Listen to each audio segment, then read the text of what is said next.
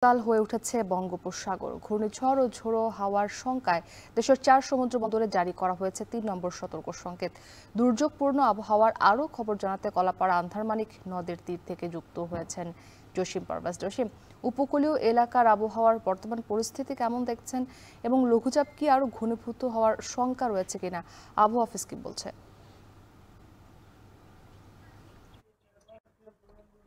মুক্তি আমি আসলে এখন কিন্তু দক্ষিণ উপকূলীয় সমুদ্র তীরবর্তী যে উপজেলা পটুয়াখালীর সেই কলাপাড়া উপজেলার আন্ধারমানিক নদের তীরে দাঁড়িয়ে আছে। আপনি দেখতেই পাচ্ছেন এই নদীতে কিন্তু এখন ভাটা চলছে, কিন্তু খরস্রোত তীব্র স্রোত বয়ে যাচ্ছে এবং একই সঙ্গে এই উপকূলীয় অঞ্চলে ভোর রাত থেকেই কিন্তু মেঘলা আকাশ, মেঘের সঙ্গে সঙ্গে ভারী ও মাঝারি বৃষ্টিপাত হচ্ছে এবং আবহাওয়া অধিদপ্তর আমাদেরকে নিশ্চিত করেছে এই উত্তর পশ্চিম বঙ্গোপসাগরে যে লঘুচাপটি সৃষ্টি হয়েছে তার প্রভাবে এখানে কিন্তু মেঘের বিচরণ বাড়ছে এবং বৃষ্টিপাত হচ্ছে এবং স্থানীয় সতর্ক সংকেত দেখে যেতে বলেছে, সেটি 3 নম্বর স্থানীয় সতর্ক সংকেত জারি করেছে।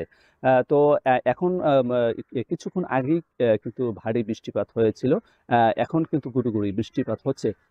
তো এখানকার যে আবহাওয়া অধিদপ্তর আরো বলেছেন যে বঙ্গোপসাগরে যদিও 58 দিনের নিষেধাজ্ঞা চলছে, মৎস্যবন্দর আলিপুর মহকুরের জেলেরা কিন্তু তারা ঘাটে রয়েছে, তারপরেও যদি কোনো জেলে নিষেধাজ্ঞা উপেক্ষা করে বঙ্গোপসাগরে যেয়ে থাকেন, তাদের নিরাপদ আশ্রয়ে ফিরে আসার জন্য তারা আহ্বান জানিয়েছেন। এছাড়া এই লঞ্চ, আমি এখন এই কলাপাড়া লঞ্চ ঘাটে রয়েছে, এখান থেকে রাঙাবালী উপজেলা, দ্বীপ উপজেলা রাঙাবালী, সেখানে কিন্তু লঞ্চ চলাচল, একতলা লঞ্চ চলাচল অব্যাহত রয়েছে। এখান থেকে সকাল 8টায় রাঙাবালীর উদ্দেশ্যে একটি লঞ্চ ছেড়ে যাবে, সেই প্রস্তুতির কথাও এখানকার যে লঞ্চ মালিকরা জানিয়েছেন। এক কথা বলা যায় যে উপকূলীয় এলাকায় এখন সময় যত গড়িয়ে যাচ্ছে মেঘের বিচরণ বাড়ছে, বৃষ্টিপাতও বাড়ছে। এই ছিল আমার কাছে সবশেষ মুক্তি। জসিম পারভেজ যুক্ত ছিলেন কলাপাড়া থেকে।